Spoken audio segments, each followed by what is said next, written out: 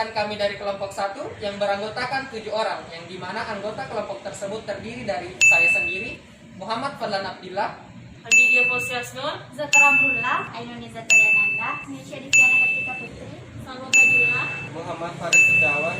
Kelompok kami akan memaparkan video yang bertema ancaman di bidang ideologi dan strategi mengatasinya. Selamat menyaksikan. Ancaman adalah suatu usaha dan kegiatan dalam negeri maupun luar negeri yang dinilai dapat membahayakan kedaulatan negara, keutuhan wilayah negara, dan keselamatan segenap bangsa. Ideologi adalah kumpulan gagasan, ide-ide dasar, keyakinan, dan kepercayaan yang bersifat dinamis. Adapun ancaman di bidang ideologi adalah ancaman yang dinilai mempunyai kemampuan membahayakan pemikiran masyarakat suatu negara yang akan mengancam suatu dasar falsafah negara, yaitu Pancasila.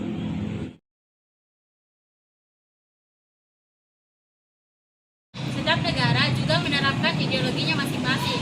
Ideologi tersebut berupa ideologi kapitalisme, komunisme, liberalisme, sosialisme, fasisme, dan Pancasila. Negara Indonesia menerapkan ideologi Pancasila yang dimana Pancasila sebagai dasar negara, yang artinya seluruh warga negara Indonesia menjadikan Pancasila sebagai dasar sistem kenegaraan. Nilai-nilai yang ada pada tiap butir Pancasila harus dijadikan sebagai pedoman dasar untuk melangsungkan kehidupan bernegara. Selain itu, Pancasila sebagai ideologi Indonesia atau ideologi negara bermakna menjadikan Pancasila sebagai cita-cita atau visi. Hal ini tentunya berlaku untuk pemerintah dan seluruh warga negara.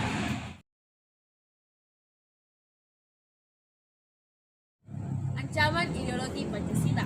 Ancaman ideologi Pancasila di Indonesia adalah ideologi atau paham-paham lain yang bertentangan dengan ideologi Pancasila.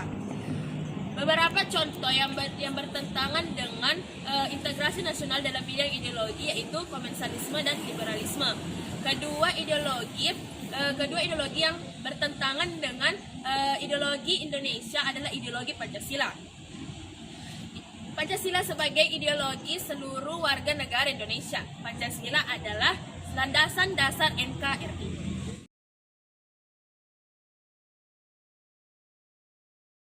Komunisme adalah paham yang menghapuskan hak milik perorangan dan menggantikannya dengan hak milik bersama. Ideologi Indonesia yaitu Pancasila tidak sesuai dengan komunisme karena Indonesia mengenal Tuhan, sedangkan komunisme tidak, alias ateis. Komunisme juga hanya mementingkan negara, sementara Pancasila untuk seluruh rakyat. Itulah kenapa paham komunis ditentang di Indonesia.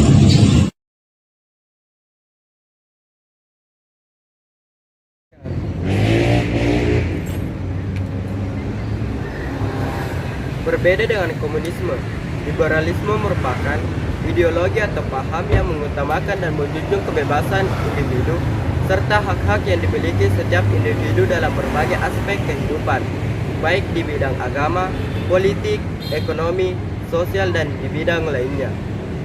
Sedangkan ideologi Pancasila mengatur perilaku masyarakat Indonesia di Undang-Undang Dasar, sehingga masyarakat tidak dapat berbuat seenaknya sesuai dengan paham liberalisme.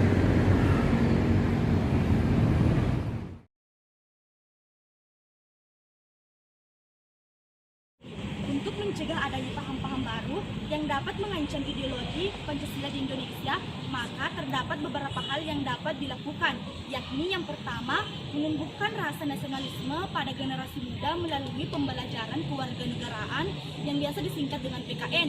Yang kedua, menerapkan paham Pancasila dalam segala aktivitas berbangsa dan bernegara. Yang ketiga, ikut serta membela dan menjaga keutuhan bangsa dan negara.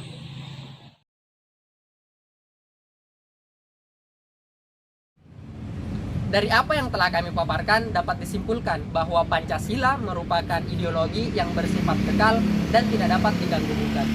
Penerapan Pancasila berkembang sesuai dengan perkembangan zaman, sehingga segala sesuatu atau semua paham yang mengancam atau bertentangan dengan Pancasila harus dihilangkan, agar Negara Kesatuan Republik Indonesia tetap berideologi Pancasila dan tidak tergantikan untuk selamanya.